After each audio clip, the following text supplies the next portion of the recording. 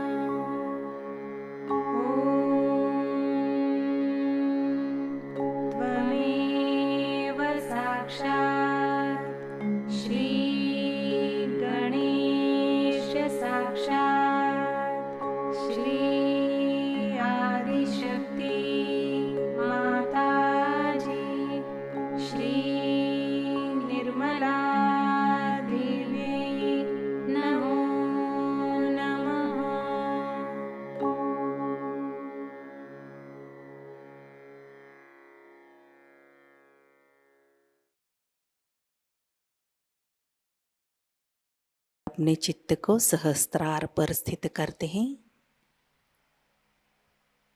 परम पूज्य श्री माता जी, कृपा कर सामूहिकता के सहस्त्रार पर आप विराजिए। सामूहिकता का अहंकार और प्रति अहंकार आपके श्री चरणों में समर्पित है। कृपा कर आप हमारा आत्म साक्षात्कार दृढ़ कीजिए माँ। कुछ समय हम ध्यान की अवस्था में बैठते हैं।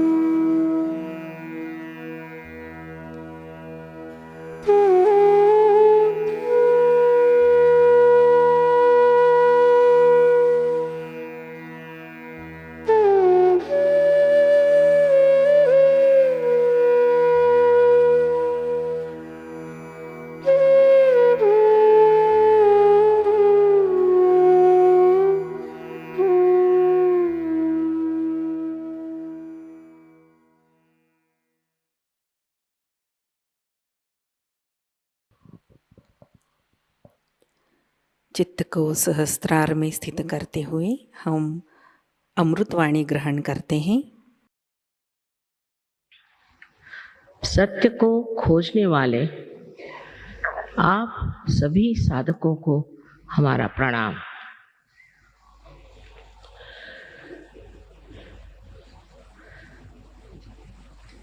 इस कलयुग में मनुष्य जीवन की अनेक समस्याओं के कारण विचलित हो गया और घबरा रहा। कलयुग में जितने सत्य को खोजने वाले हैं उतने पहले कभी नहीं हुए, और यही समय है जब कि आपको सत्य मिलने वाला है। लेकिन ये समझ लेना चाहिए कि हम कौन से सत्य को खोज रहे हैं, क्या खोज रहे हैं। नहीं तो किसी भी चीज के पीछे हम लग करके ये सोचने लग जाते हैं कि यही सत्य है। इसका कारण ये है कि हमें अभी तक केवल सत्य, एब्सोल्यूट ट्रूथ मालूम है। कोई सोचता है कि ये अच्छा है, कोई सोचता है वो अच्छा है, कोई सोचता है कि जीवन और ही तरह से बिताना चाहिए। तो विक्षुब्ध सारी मन की भावना और भ्रांति में इंसान घूम रहा। इस संभ्रांत स्थिति में उसको समझ में नहीं आता है कि आखिर क्या कारण है जो मेरे अंदर शांति नहीं। मैं शांति को किस तरह से अपने अंदर प्रस्थापित करूं। मैं ही अपने साथ लड़ रहा हूं, झगड़ रहा हूं, कुछ समझ में नहीं आता। यही कलयुग की विशेषता है और इसी कारण इस कलयुग में ही मनुष्य खोजेगा। पहले इस तरह की संभ्रांत स्थिति नहीं थी। मनुष्य अपने मानवता से ही प्रसन्न था। अब आप इस मानव स्थिति में आ गए। इस स्थिति में अगर आपको केवल सत्य मालूम होता तो कोई झगड़ा नहीं होता। हर एक इंसान एक ही बात सोचता और कुछ भी समझाने से, बतलाने से मनुष्य सिर्फ मानसिक हो जाता है, मेंटल हो जाता है। पढ़ पढ़ के भी मानसिक हो जाता है और उसमें कोई शांति नहीं मिलती, उसमें कोई आराम नहीं मिलता, उसमें कोई चैन नहीं आता। तो सत्य क्या है ये समझ लेना चाहिए। अब बात यह है कि मैं जो कुछ भी आपके सामने बात कहूं, इसे आप एकदम से मान्य मत करें, क्योंकि अंधश्रद्धा से हम लोग पहले ही पीड़ित हैं। स्पेशली बंगाल में तो मैं सोचती हूँ यहाँ पर इस कदर तांत्रिक ये वो सब ने जकड़ डाला। और जब हम देखते हैं कि जो धर्म के नाम पे भी बहुत बोलते हैं और चलते हैं, वो भी पीड़ित हैं, वो भी बीमार हैं, उनको भी ये तकलीफ है, वो तकलीफ है, और वो भी आपस में लड़ रहे हैं, झगड़ रहे हैं। इसका मतलब उन्होंने अभी तक सत्य को प्राप्त नहीं किया, सिर्फ उसके बड़े बड़े इश्तिहार लगा के रखे।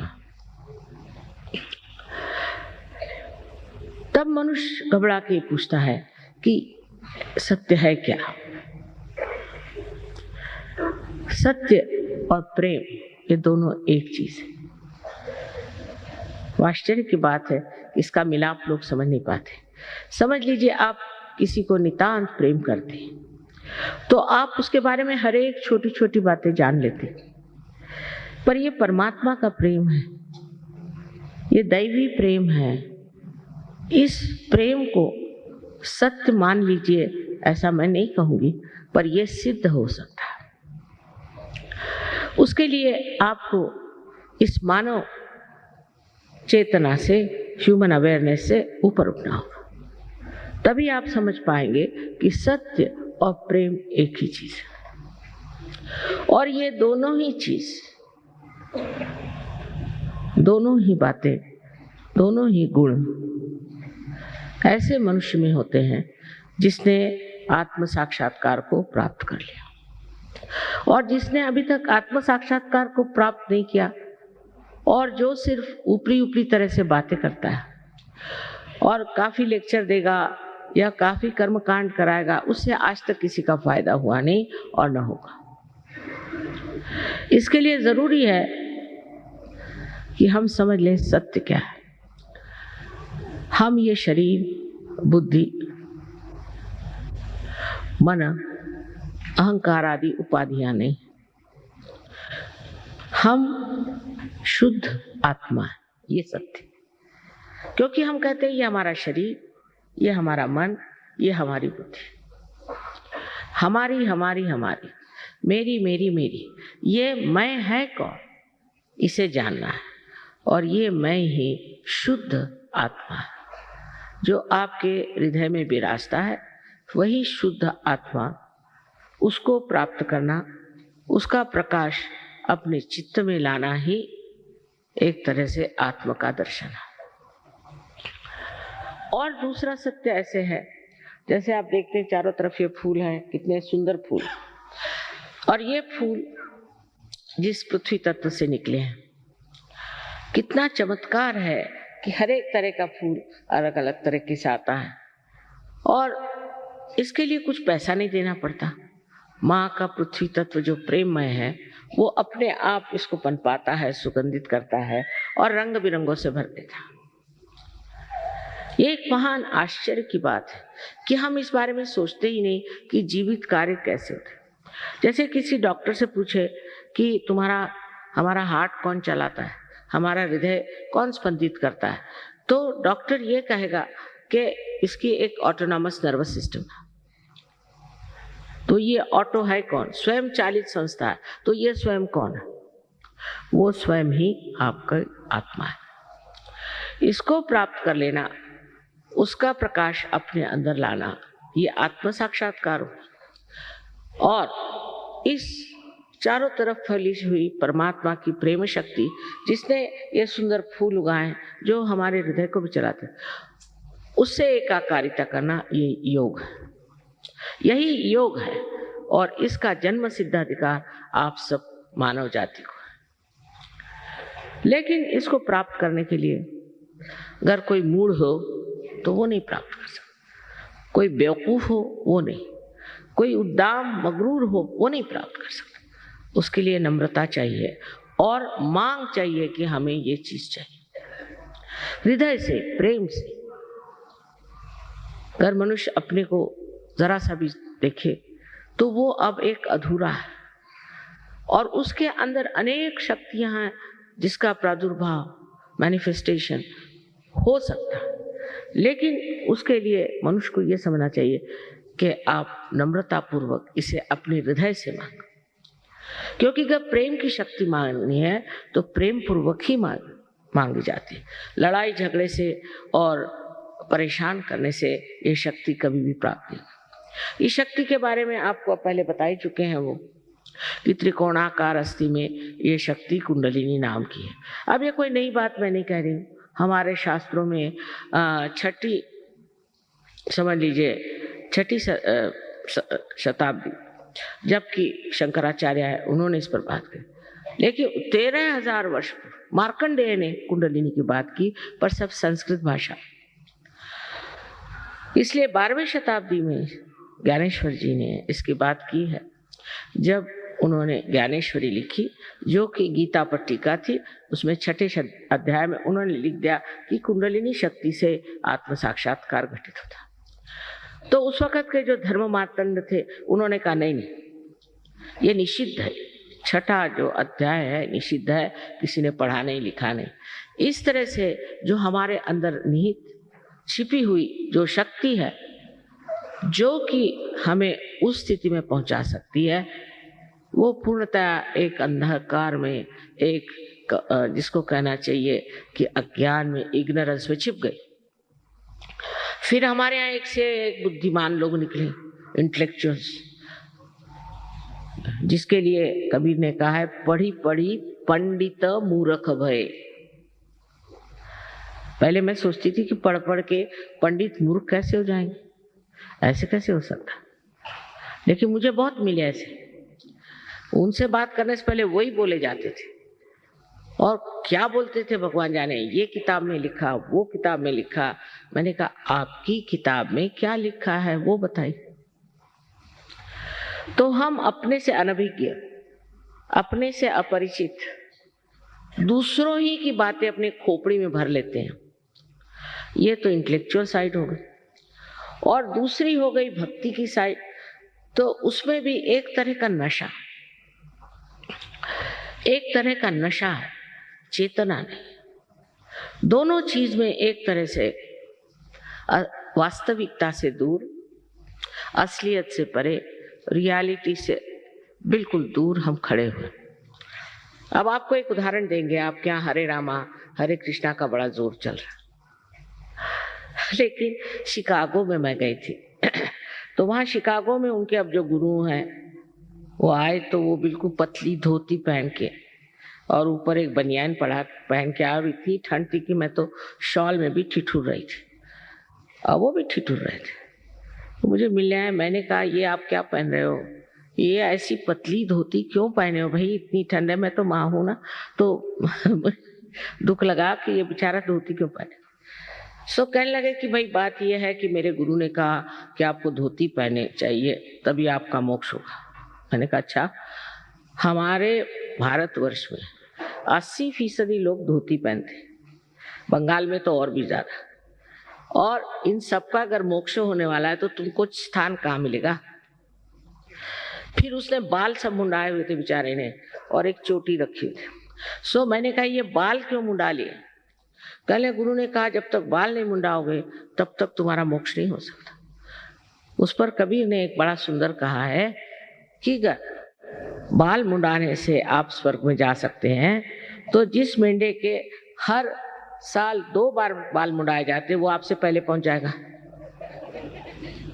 और वो इसको मानते हैं बड़े श्रद्धापूर्ण रीति से, और मुझसे नाराज हो गए कि आपके मैं गुरु के विरोध में बोल रहे हूँ। नहीं, मैंने कहा मैं तो माँ हूं ना, तो इसलिए पूछ रही हूँ कि भाई ये अपनी दुर्दशा क्यों बनाए। फिर दूसरी बात समझने की है कि उपवास करो, ये नहीं खाओ वो नहीं खाओ, उपवास करो, सर के बल खड़े हो जाओ, ये करो। कहने काय के लिए, मोक्ष प्राप्ति के लिए। अगर परमात्मा आपके पिता स्वरूप प्रेम स्वरूप है तो कौन पिता चाहेगा कि अपना बच्चा सर मुंडा के पतली सी धोती पहन करके सर के बल खड़ा हो जाए अपने पिता से मिलने के लिए। बताइए कितनी अजीब सी बात है। कोई पिता चाहेगा कि अपना बच्चा भूखा मरे। और माँ को तो अगर सजा देना तो खाना बच्चे बंद कर देते, हम खाना नहीं खाएंगे, हो गया, माँ खत्म। कुछ भी गुस्सा आएगा उनका खत्म हो जाता। आप तो माँ को बहुत अच्छे से जानते। तो कौन ऐसा विचित्र तरह का आलंबन है जिससे आप इस मोक्ष को प्राप्त हो सकते हैं। आप जब मनुष्य हुए तो आपने कितना पैसा खर्च किया। आप कौन से तांत्रिक के पास गए थे कि गुरु के पास गए थे, कुछ किया था? आप मनुष्य तो हो ही गए ना। तो कोई ना कोई ऐसी अंदर शक्ति है जिसे मैं प्रेम की शक्ति कहती हूँ, जिसको कि रिडम्पशन की शक्ति कहते हैं, जिससे मनुष्य का उत्थान होता है, जिससे आज आप मनुष्य स्वरूप हो। अब अगर ये आपके अंदर शक्ति है, समझ लीजिए, अगर है तो उसका उत्थान क्यों न किया जाए। अब इसके लिए आप पैसा वैसा नहीं दे सकते, इसके लिए आप मुझे नहीं खरीद सकते। कोई अपने माँ को खरीदता है क्या? कम से कम अपने देश में तो कोई नहीं खरीदता, आप परदेश की बात करो। तो इसको पाने की चीज क्या है? ये भी आपकी अपनी व्यक्तिगत अपनी आपकी माँ है, हर एक की। और आपके अंदर जो भी कुछ है, आपका भूतकाल, आपका भविष्यकाल, आपका सब कुछ इसमें टेप रिकॉर्ड के जैसे भरा हुआ। और वो जानते, ये आपकी माँ व्यक्तिगत आपकी अपनी अपनी अलग अलग माँ है, वो आपके कुंडलिनी में स्थित है। और इसकी शक्ति को अगर जागृत करना है तो उसके लिए आप क्या पैसा दे सकते हैं? अगर समझ लीजिए इस पृथ्वी में आपको पृथ्वी माँ के उदर में एक अगर बीज आपको बोना है तो वो अपने आप सहज स्पॉन्टेनियसली पनप जाता है।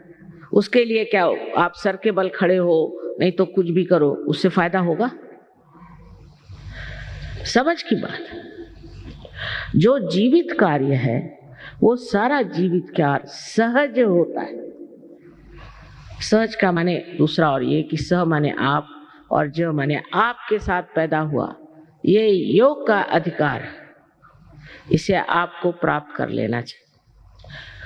फिर उससे अनेक लाभ हैं। मुझे पता नहीं योगी जी ने आपसे क्या क्या लाभ बताया, लेकिन एक संसार में आप अगर किसी से प्यार करते हैं तो आप नहीं जानते कि सूक्ष्म में उससे कितने लाभ होते हैं। अगर आप प्यार करते हैं और वो भी आपसे प्यार करता है तो दोनों के आदान प्रदान में एक बड़ी सूक्ष्म सी संवेदना होती है जो बहुत सुखदायी और शांतिमय होती है। पर आजकल ऐसा प्यार तो देखने को नहीं मिलता, ऐसी तो कोई व्याख्या भी नहीं कर सकता, ऐसे कोई सेंटिमेंट्स ही नहीं होते। एक दूसरों को नीचे गिराने में, इसकी उसकी गर्दन काटने में ही हम लोग लगे। प्यार की तो बात छोड़ी, यहाँ तक कि जो बड़े भक्ति योग फलाना ठिकाना प्रीच करते हैं और बिठाकर लोगों से भक्ति कराते हैं, वो सब लोगों का ध्यान सिर्फ पैसा लेने पर है। ये समझ लेना चाहिए। इस पृथ्वी माँ को आपने कितना पैसा दिया है जो ऐसे सुंदर सुंदर फूल आपको दे रही। पहली तो चीज है कि आप प्यार को खरीद नहीं सकते, खरीदा हुआ प्यार नहीं होता। और प्यार की महिमा आप तभी जान सकते हैं जब आप इस महान चैतन्य के प्यार में डूब जाए। आपकी बारीक बारीक चीज भी वो देखता है और संभालता है। जैसे आज की बात बताएं कि नागपुर में बहुत अच्छे गाने वाले हैं, बजाने वाले हैं, तो मैंने कहा कि न जाने उनको बुला लें तो अच्छा रहेगा यहाँ पर, क्योंकि बंगालियों का गाना तो बंगालियों ने सुना ही है, दूसरा कोई सुनाए तो अच्छा रहे। और देखिए सवेरे पहुंच गए वो अपने आप से। मैंने कहा आप कैसे आए? तो कल दुर्गापुर में हमारा प्रोग्राम है, वहां हमें जाना था तो हम आ गए। आप सहज में ऐसी बातें होती हैं कि चमत्कार पे चमत्कार हो रहे हैं। आपको मैं बताऊंगी तो आपको विश्वास देगा कि चमत्कार जिसको हम कहते हैं वो चमत्कार नहीं है, क्योंकि ये परमात्मा का क्या है, उसमें क्या चमत्कार हो सकता, वही स्वयं चमत्कार है। हमारी दादी जी एक किस्सा सुनाती थी बहुत मजेदार, कि एक इंसान परमात्मा को मिलने चला तो उसको रास्ते में एक आदमी था, वो सर के बल खड़ा था। वो कह रहा था भाई मैं तब से सर के बल खड़ा हूँ, मुझे भगवान कब दर्शन देंगे, तो जरा भगवान से जाके कहो कि जरा जल्दी दर्शन दे। तो ये गए, रास्ते में दूसरा एक बिल्कुल पड़ा होता रास्ते के किनारे, तो उसने कहा कि भाई भगवान ने आज मेरे खाने की व्यवस्था नहीं करी, उनसे जरा कह देना मेरे खाने की व्यवस्था रखे। पंखा चला तो पंखा भी चला गया।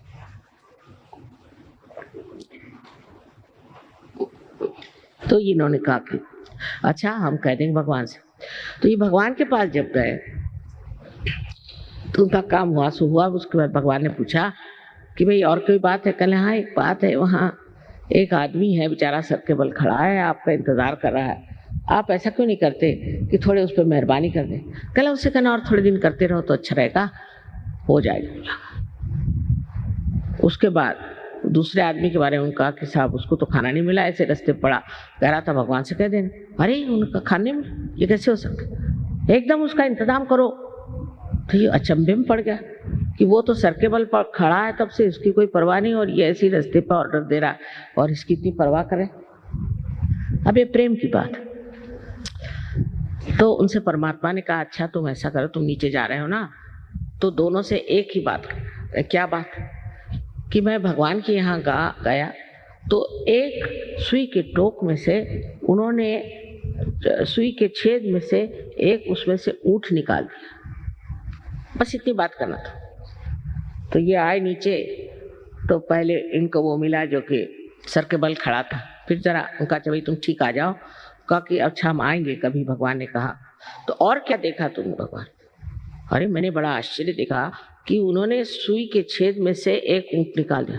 अरे कहने क्या झूठ बोल रहे हो, भगवान के यहाँ क्या हुआ है, तुम तो मुझसे झूठ बता रहे। अच्छा कहने फिर वो दूसरा आदमी था उसके पास, अरे हाँ खाने का तो इंतजाम हो ही जाता, मैंने सोचा ऐसे ही बता दे। तो और क्या देखा तुमने? तुमने बताया कि एक आश्चर्य की बात कि एक सुई के छेद में से उन परमात्मा ने एक ऊँट को निकाला। अब इसमें जो सूक्ष्म बात है वो समझिए। तो वो कहता है इसमें आश्चर्य कौन सा? अरे वो परमात्मा, वो ऊँट तो क्या दुनिया ही निकाल दे, न जाने विश्व के विश्व निकाल दे, वो परमात्मा है, तुम क्या समझते हो अपने? ये एक नितांत विश्वास, क्योंकि आत्म साक्षात्कारी आदमी को उसका जो विश्वास होता है वो अंधा विश्वास नहीं होता, वो साक्षात में विश्वास। साक्षात कोई भी चीज अंधे से मान लेना ये मनुष्य के लिए शोभा नहीं देती। आप पहले इसका साक्षात करिए, पहले आप सत्य को जान लीजिए, और सत्य को जानने के बाद आप जानिएगा कि आप कितने महान और गौरवशाली हैं। अभी तो आप अपने बारे में कुछ जानते ही नहीं। जैसे कि किसी छोटे गांव में चले जाइए जहाँ बिजली नहीं, कुछ नहीं, और टेलीविजन ले जाइए और उनसे कहे कि देखो इसमें सब तरह की फिल्म आएंगी, फोटो आएंगे, ये कहला ये डब्बे में, इस डब्बे में, कहला हाँ इसी डब्बे में। जब उसका कनेक्शन हो जाता है तो वो है ना, इस डब्बे में इस चीज कैसे है। ऐसे हम भी अपने को एक डिब्बा समझते हैं। और खासकर बंगाल में मैंने देखा है कि इंसान बहुत निराश रहता है हमेशा, और रोने के गाने गाते रहता है, रोने में रहता है। अब दिन बदल गए, ये समझना चाहिए कि नया समय आ गया। ये बड़ा एक विशेष समय, इसको मैं ब्लॉसम टाइम कहती हूँ, बसंत बहार कहती हूँ। लेकिन बहुत से लोग इतने निराश हो गए, इतने निराशा में फंसे हुए हैं कि वो समझ ही नहीं सकते कि इस निराशा के बाद एक बड़ी भारी सुबह होने जा रही जो सारे दुनिया में छा जाएगी, और वो आज का समय है। लेकिन सहयोग में एक ही बस बात है कि आत्म साक्षात्कार हो जाएगा, कुंडलिनी का जागरण हो जाएगा, सब कुछ हो जाएगा। लेकिन उसके बाद आपको इसको बहुत पल्लवित करना है, बढ़ाना है, वृक्ष बनना है। यही लोग कम हो जाते हैं। जैसे अभी मेरे लेक्चर में इतने लोग आए, पिछली मर्तबा से कम आए, क्योंकि इसमें कुछ ना कुछ बनना होता है। ये नहीं कि मैं सहयोगी हूँ, नहीं। सहयोगी का मतलब ये कि आपके अंदर क्या क्या शक्तियां जागृत हुई। सबसे तो पहले आपको वो स्थिति मिलती जिसे हम लोग निर्विचार समाधि कहते हैं। विचार हमारे अंदर आते हैं और जाते हैं, भूतकाल से भविष्यकाल तक हम सोचते रहते हैं, पर वर्तमान को हम नहीं जानते, और वर्तमान असलियत है। तो विचार उठे नीचे गए, फिर विचार उठे नीचे गए, उसके बीच में एक जगह है जिसे विलंब कहते हैं, पॉज। वो विलंब को हम नहीं पकड़ पाते जहां वर्तमान है। या तो आगे की बात सोचते, पीछे की, जैसे अभी जिनको जाना है वापस सोच रहे होंगे कि अब ट्रैम मिलेगी नहीं, बस मिलेगी कि नहीं, ये है नहीं, वो नहीं। या तो पिछली बातें सोचते रहे। और मैं अगर कहूं कि अभी वर्तमान में आप खड़े हो जाइए तो नहीं हो सकते, क्योंकि एक विचार उठा खत्म, दूसरा विचार उठा खत्म, और हम उसके ऊपर में नाचते रहते हैं। लेकिन जब कुंडलिनी जागृत होती है तो ये विचार लंबाकृत हो जाते हैं, ऐसे रिलैक्स हो जाते हैं, लंबाकृत, और उसके बीच में जो जगह बन जाती है और वर्तमान में आप खड़े हो जाते हैं। और जब आपका चित्त वर्तमान में होता है तो आप कुछ नहीं सोचते, निर्विचार, और निर्विचार में आनंद झरने लग जाता है। अब जैसे यहाँ एक बड़ा सुंदर कारपेट है, एक उदाहरण के लिए, तो मैं कहूँगी भाई कितना सुंदर है, अब मैं करिए, मेरा है तो मेरे लिए सर दर्द हो जाएगा कि भाई खराब ना हो जाए, ये नहीं वो नहीं, इंश्योर करो, सब जो होते हैं प्रॉब्लम्स कोई चीज़ पाने की। और मेरा नहीं दूसरे का है तो मैं ये सोचूंगी कितने का मिला, कहाँ मिला, कब पाएंगे ये। लेकिन अगर हम निर्विचार इसे देखें तो इसको बनाने में जिस कलाकार ने अपना आनंद बूट दिया है, वही आनंद सर से लेकर नीचे तक ठंडा ठंडा बहना शुरू हो जाए, और उस आनंद में आप स्नात हो जाएंगे। जब आप निर्विचार हो जाते हैं तब आप अपने शांति में खड़े हो जाते हैं। शांति, ये कहने की बातें हैं कि शांति के बड़े बड़े इन लोगों ने ऑर्गेनाइजेशंस बनाए, शांति में अवार्ड्स दिए, ये वो। मैंने तो बहुत से लोगों को देखा है जिनको बड़े शांति अवार्ड्स मिले, इतने गर्म होते हैं, इतनी गर्म तबीयत कि उनसे अगर मिलना हो तो एक लकड़ी जाके लेके जाइए सामने, और नहीं तो लेके 2-4 झापड़ी मार देंगे आप। कोई आप उनसे बात ही नहीं कर सकते, इतने गुस्से ले लो, उनमें कोई प्रेम की झलक भी नहीं। वो क्या है, शांति दे, और उनको इंटरनेशनल अवार्ड्स मिले, पता नहीं किस तरफ से देख के दिए उनको इंटरनेशनल।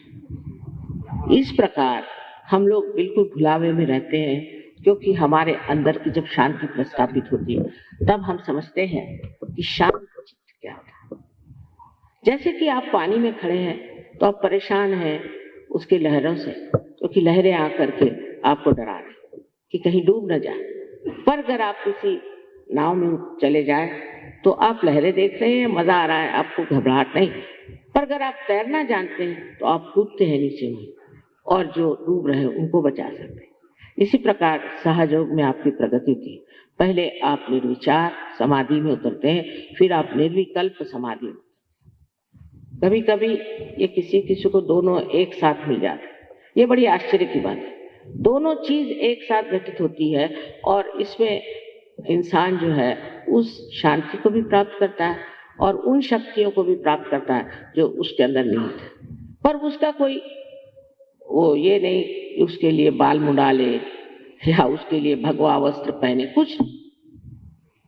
ये सारे भाव अंदर होते। आपको तो राजा जनक की कहानी मालूम है, मुझे नहीं बताना चाहिए। पर जैसे अब मैं गृहस्थ हूँ, मेरे पति ऐसे ऐसे हैं, चलो उन्होंने कहा तो कपड़े पहन लिए अच्छे, कहा तो जेवर पहन लिए। जब किसी चीज को पकड़ा ही नहीं तो छोड़ेंगे क्या?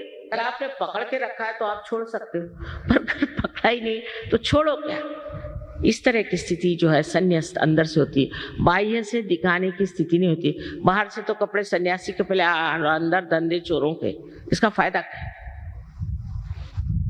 तो ये जो ढोंग है ये सब खत्म हो जाता है, क्योंकि मानव अपनी इज्जत करने लगता है, अपना मान उसको होता है, उसके अंदर एक तरह की चमक आ जाती है कि मैं क्यों, मुझको क्या करना। और ये आत्म साक्षात्कारी लोग ही दुनिया में बड़ा बड़ा नाम करते, जैसे अपने यहाँ तिलक साहब, तिलक आत्म साक्षात्कारी थे, इसमें कोई शक नहीं। अब्राहम लिंकन थे, वो आत्म साक्षात्कारी थे। शास्त्री जी थे, वो आत्म साक्षात्कारी। हमें तो हम कहते हैं कि जो लोग आत्म साक्षात्कारी नहीं, वो कभी भी सत्य पे टिक ही नहीं सकते। आप कोई भी ऑर्गेनाइजेशन ले लीजिए, बस झगड़े शुरू आपस में। क्यों? क्योंकि असत्य पे खड़े हो, इसीलिए सब डामाडोल हो रहा है। तो पहले आपको प्राप्त करना चाहिए कि अपनी अंदर की शांति। इस शांति को प्रस्थापित किए बगैर आप कोई भी विश्व में शांति नहीं कर सकते। आपको आश्चर्य होगा, रशिया में यहाँ से कहीं अधिक लोग, सारा इससे बड़ा भी होता है स्टेडियम, सारा भर जाता है और सारे के सारे एक साथ पार हो जाते हैं। और इतने शांत चित्त लोग हैं रशिया के। कम्युनिज्म का यही फायदा मैंने देखा कि उनको किसी चीज से, जिसको कहते हैं कि किसी चीज को पकड़ नहीं है। उनकी गवर्नमेंट ने कहा अच्छा तुमको हम तुम्हारे फ्लैट्स दे देते हैं, ले लो। कहना ना, हमको नहीं चाहिए, तुम ही रखो। ये एक फायदा हुआ।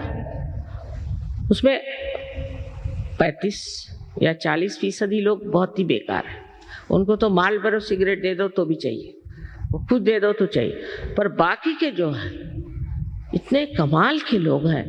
जिस वक्त मैं कूह हो रहा था, मैं वहाँ थी, तो मैंने कहा तुम लोग परेशान नहीं, ये कूह हो रहा है। कहले माँ हम कोई इस राज्य में थोड़ी रहते हैं, हम तो we are living in the kingdom of God, परमात्मा के साम्राज्य में रहते हैं, हमको क्या परवाह। और इस तरह से उन लोगों ने अपने को समझ लिया, इस तरह से पार हो जाते हैं। हजारों हजारों लोग रशिया में पार।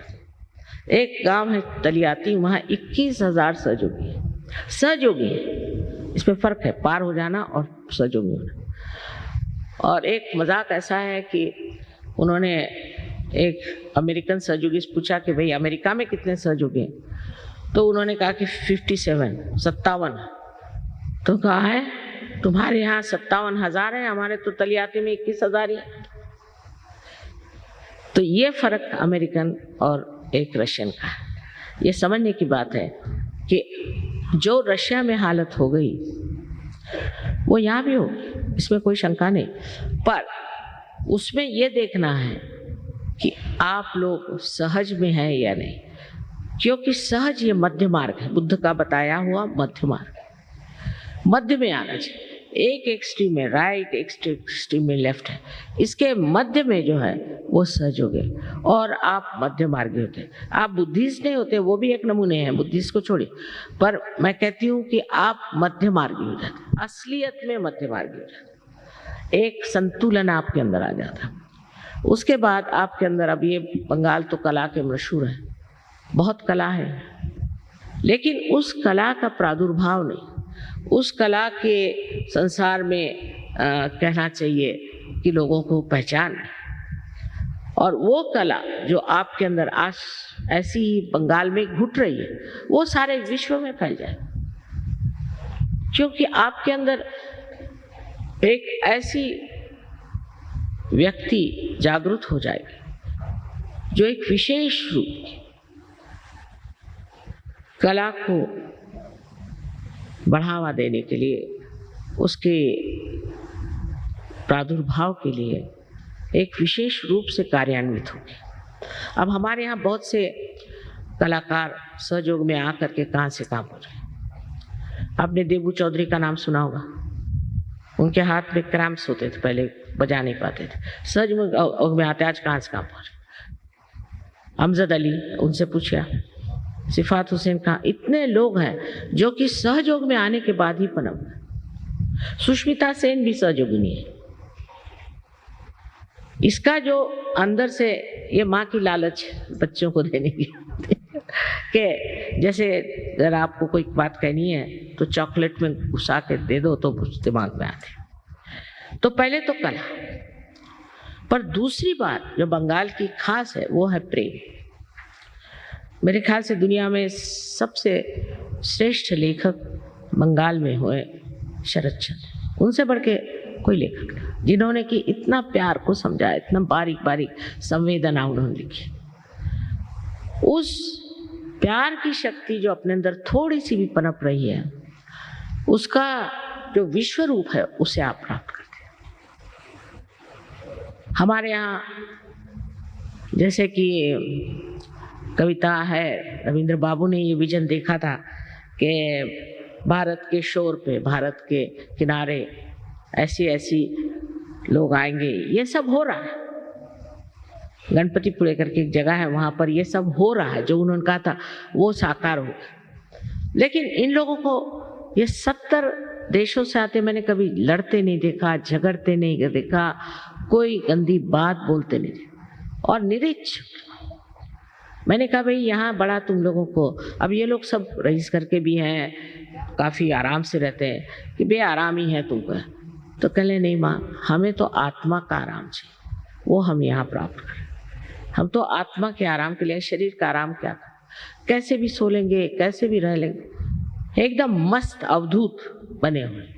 अब बताइए कि फॉरेन के लोग, इंग्लैंड में जो पहला हमारा ये हुआ, मुठभेड़ हुई, तो 7 ड्रग एडिक्ट्स के साथ 7। अब पढ़े लिखे, कोई प्रिंसिपल यहाँ का तो कोई प्रोफेसर वहाँ का, सब कैम्ब्रिज और ऑक्सफोर्ड के लोग 7, और उनसे जूझते जूझते 4 साल लगते। एक तो खोपड़ी में सब भरा हुआ, कैम्ब्रिज, ऑक्सफोर्ड, और दूसरे ड्रग लेना, शराब पीना और अनैतिकता, सब चीज। पर कुंडलिनी के जागरण से जैसे कोई 7 पिलर्स खड़े हो गए, इस तरह से वो लोग इंग्लैंड में खड़े। इंग्लैंड जैसे देश में, जो कि बहुत ही ज्यादा अपने को बहुत अक्लमंद समझते हैं, वहां पर भी आप सोचिए इससे ज्यादा लोग आते हैं प्रोग्राम, इससे बहुत ज्यादा। वहां का रॉयल अल्बर्ट हॉल भी को गचा गच भर जाता। अब ये जरूर है कि बंगाल में देर से आए, लेकिन तो भी मुझे लगता है कि बंगाल देश का सबसे ज्यादा अधिकार सहयोग को प्राप्त करने का, क्योंकि यहाँ एक से एक कर्मवीर हो गए, धर्मवीर हो गए, हर तरह के लोग यहाँ हो। और इस देश में सहयोग फैलना बहुत जरूरी है। अब इसमें ऐसा है कि पहले आपको देख करके आप जब सहयोगी में आएंगे, आप जब इसको प्राप्त करेंगे और जब आप में सब शक्तियाँ आएंगी, तब तो ना दूसरे लोग आएंगे। लेकिन अभी आधे लोग उठ के चले गए, ऐसा और कहीं नहीं होता। आपको आश्चर्य, एक पत्ता नहीं हिलता, क्योंकि सब लोग अपना भला चाहते हैं। सब चाहते हैं कि हमारा कल्याण। उस चीज की अगर ध्यान न करके आप बैठे तो आपको आत्म साक्षात्कार देना बहुत आसान। आपके बच्चों के आज प्रश्न खड़े हो रहे हैं और आगे की प्रोजिनी कैसी होगी उसका पता नहीं। एक तो ये जो कुछ भी पाश्चिमात्य वेस्टर्न इन्फ्लुएंस हमारे अंदर आ गया, उससे हमारे बच्चों का कितना नाश हो रहा है। ये सब चीज अगर आपको रोकना है तो आप बच्चों को सहयोग में लाएं। उसमें बस यही बात है कि जैसे कोई कहे कि मेरे हाथ में एक सांप है, अब मैं हठी हूँ और कहे कि आपके हाथ में सांप, तो मैं कहूँगी नहीं, ये तो सांप नहीं है, ये तो डोर है, जिद करूँगी। पर जैसे ही कोई प्रकाश आ जाएगा उस सांप को मैं छोड़ दूँ। इसी प्रकार सहयोग में जब मनुष्य आता है तो आत्मा के प्रकाश में जो कुछ चीज हमारी नाशवंत है, डिस्ट्रक्टिव है, उसको एकदम छोड़ देता है, एकदम। मैंने तो यहाँ तक देखा है कि एक रात में लोगों ने ड्रग्स छोड़ दिया, हजारों लोगों ने। लेकिन हमारे यहाँ जो प्रश्न है वो ये कि हम में बहुत से ऐसे संस्कार हैं जो गलत है। पहले तो संस्कार हमारे कर्मकांडों के, फिर दुनिया भर के झूठे गुरु लोग। पहले दिन मैं आई थी जब यहाँ पहला प्रोग्राम हुआ तो हॉल में सिर्फ एक आदमी था, आप सोचिए, और बाहर एक तांत्रिक अपने को मार रहा था हंटर से, वहां हजारों लोग खड़े थे। मैंने कहा बाबा इस बंगाल को नमस्कार। पता नहीं क्या हुआ, वो तांत्रिक के पीछे लगा। फिर जिसको पूछे मैं दीक्षित हूँ, हर एक आदमी दुखित है ये नहीं कोई कहता, पर दीक्षित। और इस दीक्षा में आपने क्या प्राप्त किया, कम से कम ये तो पूछना चाहिए खुद से। मैं इसलिए आज साफ साफ कह रही कि किसी भी चीज से एक माँ ये पूछे कि बेटे तुमको क्या मिला, तुमने क्या प्राप्त किया, तुम दीक्षित तो हो गए, कुछ मिला तुमको, उससे कुछ लाभ हुआ। सहयोग के लाभ अनेक। सबसे तो ये कि जीवन एक चमत्कार हो जाता है। अब सहयोगियों के ऐसा है कि चमत्कार का कोई अंत ही नहीं। ये लोग जब मुझे चिट्ठियां लिखती कि ये चमत्कार हुआ, वो चमत्कार हुआ, मैंने कहा अच्छा हुआ होगा भाई, रहने दो, क्योंकि उसको लिखने के लिए भी और पढ़ने के लिए भी टाइम होना चाहिए। सारा जीवन जो है इतना आनंदमय हो जाता है और आप आनंद के बिल्कुल सागर में डूब जाते हैं। एक तो आप शांति में आ जाते हैं और जो आपकी शक्ति है वो प्रेम की शक्ति में थकान नहीं होती। अभी हमारी उम्र 72 साल की हो गई और हम रोज ही मेहनत कर रहे हैं। परसों ही नेपाल में 20,000 लोग थे नेपाल में, फिर आज आप लोगों के सामने आ गए और हमें थकान नहीं। उसकी वजह क्या कि प्यार करते वक्त कोई थकान होती है? अरे ये प्रेम की शक्ति है, इसमें इंसान को थकान, आनंद आता है। बस आनंद में ही विभोर इंसान रहता है। आज ही एक कैंसर पेशेंट ठीक हो गया सहयोग से, लेकिन हम इसको अनाउंस नहीं करते। ये तो रोजमर्रा का धंधा है, रोजमर्रा, लेकिन इसको अनाउंस इसलिए नहीं करते कि सारे कैंसर पेशेंट ही मेरी खोपड़ी पे आ जाए। पहले आपको ही सहयोग का हम बना देते हैं सहयोगी, तो आप ही ठीक कर सकते। सबको मैं थोड़ी ठीक करती हूँ, सहयोगी ठीक कर रहे हैं हर जगह, सहयोगी मेहनत कर रहे हैं और बड़ा आनंद आता है। इसमें कोई मिशन नहीं है, कुछ नहीं है, ना हमारा कोई ऑर्गेनाइजेशन है। आप आश्चर्य करेंगे कि हमारा कोई ऑर्गेनाइजेशन नहीं, कोई मेंबरशिप नहीं। जो सहयोग में आ गया वो जैसे समुद्र में उतर गया, फिर उसको क्या सर्टिफिकेट दें या उस पर कौन सा ब्रांड लगाना, ये चीज आप सबको घटित हो सकती, सब आप प्राप्त कर सकते, सिर्फ आपको हृदय से ये मांगना चाहिए। अब इसके लाभ कितने हैं अगर शुरुआत से आखिर तक बताएं तो कठिन है, पर पहला लाभ तो ये है कि आपके अंदर अबोधिता, इनोसेंस जागृत हो जाता है। अब लोग कहेंगे कि इनोसेंट आदमी को कोई ठगता है, सहयोग कोई ठग नहीं सकता।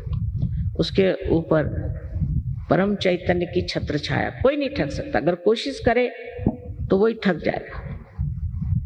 वो पूरी तरह से सुरक्षित है पहली बात, और उसकी स्वयं अपनी आंख जो है एकदम शुद्ध हो जाती। ईसा मसीह ने कहा thou shall not have adulterous eyes, इतना सूक्ष्म बोले, आंख में भी लस्ट और ग्रीड नहीं होना चाहिए। यह सहयोग में सिद्ध है, आंख में चमक आ जाती। और ऐसा आदमी अगर किसी के और कटाक्ष भी डाले या ध्यान भी दें, चित्त दें, तो भी उस आदमी की शांति हो जाती है, उसके घर में आराम आ सकता है। उसके चरण अगर किसी के घर में पड़ जाए तो वो घर भी ठीक हो सकता है। सबसे बड़े इससे समृद्धि आती है। अगर आप चाहते हैं कि बंगाल में समृद्धि आए तो आप सहज को लें, क्योंकि इसमें आपका लक्ष्मी तत्व जागृत होता है। जब आपका अटेंशन, आपका चित्त एकाग्र होकर किसी चीज को पकड़ता है और जब आपकी बुद्धि में आत्मा का प्रकाश आ जाता है तो न जाने कहां से कहां लोग चले गए। समृद्धि भी बहुत आती है, पर समृद्धि ऐसी नहीं आती कि आप शराब पियो और ये करो वो करो। बहुत व्यवस्थित एक, इसको कहना चाहिए, शानदार इंसान बनते हैं। अपने प्रति बहुत आदर और दूसरों के प्रति आदर हो जाता है। आदर से भी कहना चाहिए प्यार, और एक ऐसा प्यार जो बिल्कुल निर्वाज, शुद्ध, निर्मल है। ऐसा प्यार आपको एक दूसरे से प्राप्त भी होता है और आप एक दूसरे को देते भी। आज आपको पता है महाराष्ट्र से यहाँ 100 लोग आए, महाराष्ट्र से 100 लोग यहाँ बैठे हुए हैं। इस महाराष्ट्र में बड़ी मेहनत करी मैंने, लेकिन संतों की भूमि है महाराष्ट्र, और इनका सहज की जो बैठक बड़ी जरूरत है। जैसे इनके गाने की बैठक है वैसे ही इनकी सहज की भी बैठक है। वैसे ही बंगाल में भी ऐसे ही लोग यहाँ बड़े कर्मवीर हो गए। अब जरूरत है नए आंदोलन की और नए एवोल्यूशन की, जहाँ पर मनुष्य अपने उस स्तर में पहुंच जाए जो उसके लिए साध्य है और जो उसको मिलना ही। इस आधे अधूरे जिंदगी तो अच्छा है, इसे आप प्राप्त करें और करना कुछ नहीं। आपकी सर्जनता, आपकी क्रिएटिविटी इतनी बढ़ जाएगी कि आप खुद समझ नहीं पाएंगे ये कहाँ से आए। ऐसे ऐसे लोग जिन्होंने कभी कविता तो क्या, कोई भी लेख भी नहीं लिखा, ऐसे कविताएं लिखी, और महादुष्ट लोग भी उनकी शक्लें बदल गई। इसमें ये समझ लीजिए कि एक मनुष्य एक नए अवतरण में उतर आता है, और ये सब आपका ही है, मेरा क्या। आप ही की कुंडलिनी और आप ही का पाना, सिर्फ एक जागृति की बात है। जागृति हो जाए, जैसे कि एक बीज में से एक अंकुर निकल आता है, इस तरह से जागृति हो जाएगी। पर जागृति के बाद उसको वृक्ष बनाना आपको जरूरी है। इसमें कच्चे पड़ जाते हैं। इसमें मैं कहूँगी रशियंस जबरदस्त होगा। और नॉर्थ इंडिया में दिल्ली जैसी जगह 16,000 सहयोगी हैं। आप समझ सकते हैं कि नॉर्थ इंडिया, जहाँ की उनको दत्तात्रेय कौन मालूम नहीं, कुछ मालूम, कुंडलिनी को कुंडली कहते थे, ऐसे लोग इतने ऊंचे पद पर क्यों चले गए? उनमें कंडीशनिंग नहीं, कुछ कोई उनमें ऐसे संस्कार बैठे नहीं जिससे वो जकड़ गए। और बंगाल में तो सबसे सृजन शक्ति सबसे ज्यादा है। यहाँ पे भक्ति है, सृजनता है, सब कुछ है। सिर्फ एक बात की कमी कि अपने ऊपर विश्वास नहीं, आत्मविश्वास नहीं। अपने को हमेशा कम ही समझते हैं। जब तक आत्मविश्वास नहीं होगा तब तक सहयोग आप साध्य नहीं कर सकते, क्योंकि आप ये हैं। मैं कहती हूँ आप यही हैं कि आप उस महान शक्ति को प्राप्त करें। आप में सब कुछ निहित है, लेकिन विश्वास नहीं, आत्मविश्वास नहीं। यही सोचते हैं कि हमने तो ये गलती करी तो हमने वो गलती करी, हमेशा गिल्टी फील करते हैं। हमको कैसे मिलेगा, हम कैसे? अभी मैं कह रही हूँ आपको मिलेगा सब। सिर्फ आत्मविश्वास हो कि हमें मिलने वाला है, ये हमें मिलने का है और ये हमारा अपना हक है प्राप्त कर, और बहुत आसानी से सहज आपको मिल सकता है। अपने ऊपर पूर्ण विश्वास होना चाहिए कि आज ही आप सबको ये प्राप्त हो। एक बात। दूसरी बात इसमें यह है कि अपने को तो आपको माफ कर देना चाहिए। आपसे लोग कहते हैं तुमने ये पाप किए, वो पाप किए, सब यहां भूल जाना चाहिए। जो ऐसे कहते हैं वही पापी है, मैं तो ये कहती हूँ। जो आपको समझाते हैं वही पापी है। कोई पाप पुण्य की बात आज नहीं करनी। मेरे लिए आप बच्चे हैं ना, माँ के लिए बच्चे कैसे भी हों तो भी प्यारे होते हैं। तो ये सब बातें जो जिससे कि आप अपने ऊपर ग्लानि करें और अपने को न्यून समझें, इसे मेहरबानी से आप लोग भूल जाइए और ये जानिए कि आप परमात्मा की नज़र में दोषी नहीं, और आप इससे मानना होगा कि आप दोषी नहीं, बिल्कुल भी कोई भी दोष आपके अंदर नहीं। इस सच्चे श्यामलाम भूमि में इतनी पुण्य भूमि है, इसमें आप दोष कैसे कर सकते? इतनी तकलीफें हैं, परेशानियां इतने आप बर्दाश्त करते, कोई संसार में लोग नहीं कर सकते जैसे आप लोग सहन करते। फिर आप अपने ही ऊपर लेते हैं। कोई लोग कहते हैं हमारा पूर्व जन्म ऐसा था, कुछ नहीं, आज उससे संबंधी नहीं, आज वर्तमान की बात मैं करें, इस वक्त आप आए तो इसलिए आप मुझ पर विश्वास करके अपने को क्षमा कर दें। पहली बात ये बहुत जरूरी, आत्मविश्वास हो और अपने को पूरी तरह से क्षमा करें। और दूसरी बात है कि आप सबको क्षमा कर दीजिए, क्योंकि क्षमा करो या न करो आप कुछ करते नहीं। क्या करते हैं आप जब आप क्षमा नहीं करते? कुछ भी नहीं। ये तो एक मिथ्या बात है कि हम नहीं क्षमा कर सकते, बड़ा मुश्किल है। कोई मुश्किल, उल्टे जब आप क्षमा नहीं करते हैं तब आप अपने को दुख देते। जिसने आपको तकलीफ दी, परेशानी दी, उसको अगर आप क्षमा कर दें तो आप अपने को कम से कम परेशान तो नहीं करेंगे। वो तो आराम से बैठा है और आप अपने को बेकार में छले जा रहे हैं। बिल्कुल लॉजिकल है ना बात। तो अभी इस वक्त आप लोग सब इतना करिए कि माँ हमने सबको क्षमा कर, उनका नाम भी नहीं सोचने का, क्योंकि वे सरदर्द, हमने सबको क्षमा कर दिया। इतना ही अपने मन में कहने से चीज एकदम आपको हल्कापन आ जाएगा। यही मैंने ये बात कही जिसे संस्कृत में हम क्षम दो मंत्र कहते हैं, बीज मंत्र है कि पहले तो ये कि मैं गलत नहीं हूं, मैं हूं, और दूसरा ये कि सबको मैं क्षमा कर देता हूं। दोनों चीज आपके अंदर इस वक्त अगर घटित हो जाए तो बड़ा ही आसान हो जाएगा आपको प्राप्त होना। फिर दूसरी बात ये कहनी है कि आप बहुत ही पुण्य कर्मों की वजह से इस भारतवर्ष में पैदा हुए। इतना ही नहीं किंतु इस बंगाल देश में, बंग देश में आप पैदा हुए, ये आपके पूर्व जन्म के अन्य कर्मों की वजह से। और इसीलिए हमें आपको ये कहना है कि आप आत्म साक्षात्कार को बहुत सहजता से प्राप्त करें।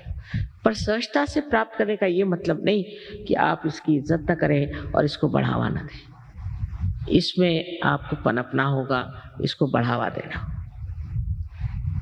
और बिल्कुल मुश्किल नहीं है। हमारे यहाँ सेंटर है, लोग काम कर रहे हैं। अब हम देहातों में भी लोगों को भेजना चाहते हैं और इसको बढ़ाना चाहते हैं, जिससे लोगों के अंदर अपनी आत्मशक्ति प्राप्त हो। और फिर आप देखिए कि कैसे चार चांद आपके जीवन को लगते हैं। ये तो बात है कि आज इतने एक लेक्चर में सारी बात नहीं कही जा सकती, और कह करके भी क्या फायदा, ये भी तो सिर्फ बुद्धि का ही खेल है। असल में बात यह है कि ये घटना घटित होनी चाहिए। अगर समझ लीजिए ये इंस्ट्रूमेंट है और इसका एक कनेक्शन मेन से लगाने तो बेकार है। इसीलिए हम लोग बेकार हैं, क्योंकि हमारा कनेक्शन उस चारों तरफ फैली हुई परमात्मा की प्रेम शक्ति से हुआ नहीं, उस परम चैतन्य से हुआ नहीं। इसलिए हमारी कोई व्यक्तित्व नहीं है, आइडेंटिटी नहीं। ध्यान की अवस्था बनाए रखते हैं।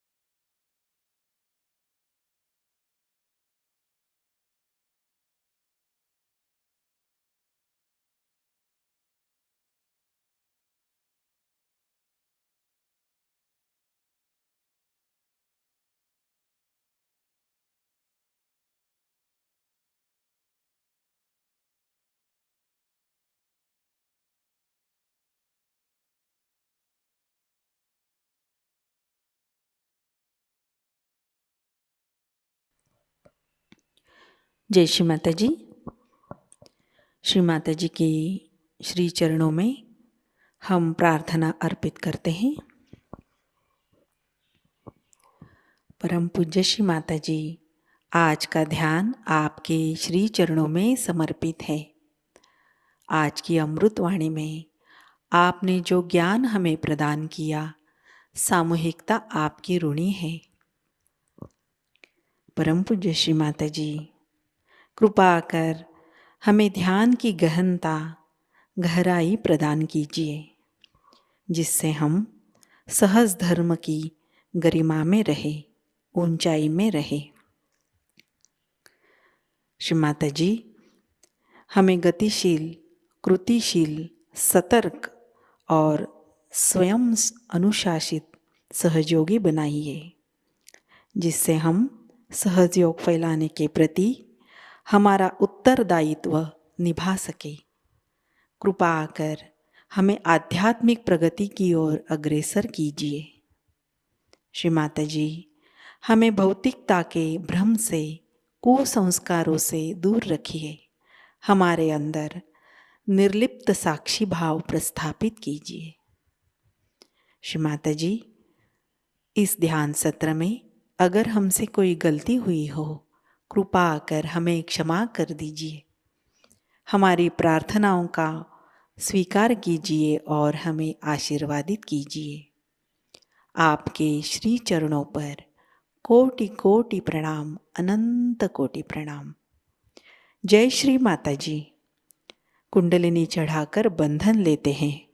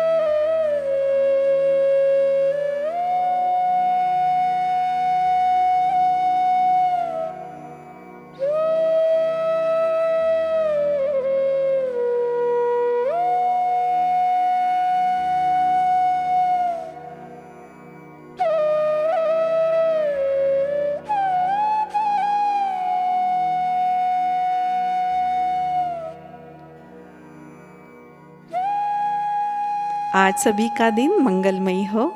आज का ध्यान सत्र अभी संपन्न होता है। जय श्री माता जी।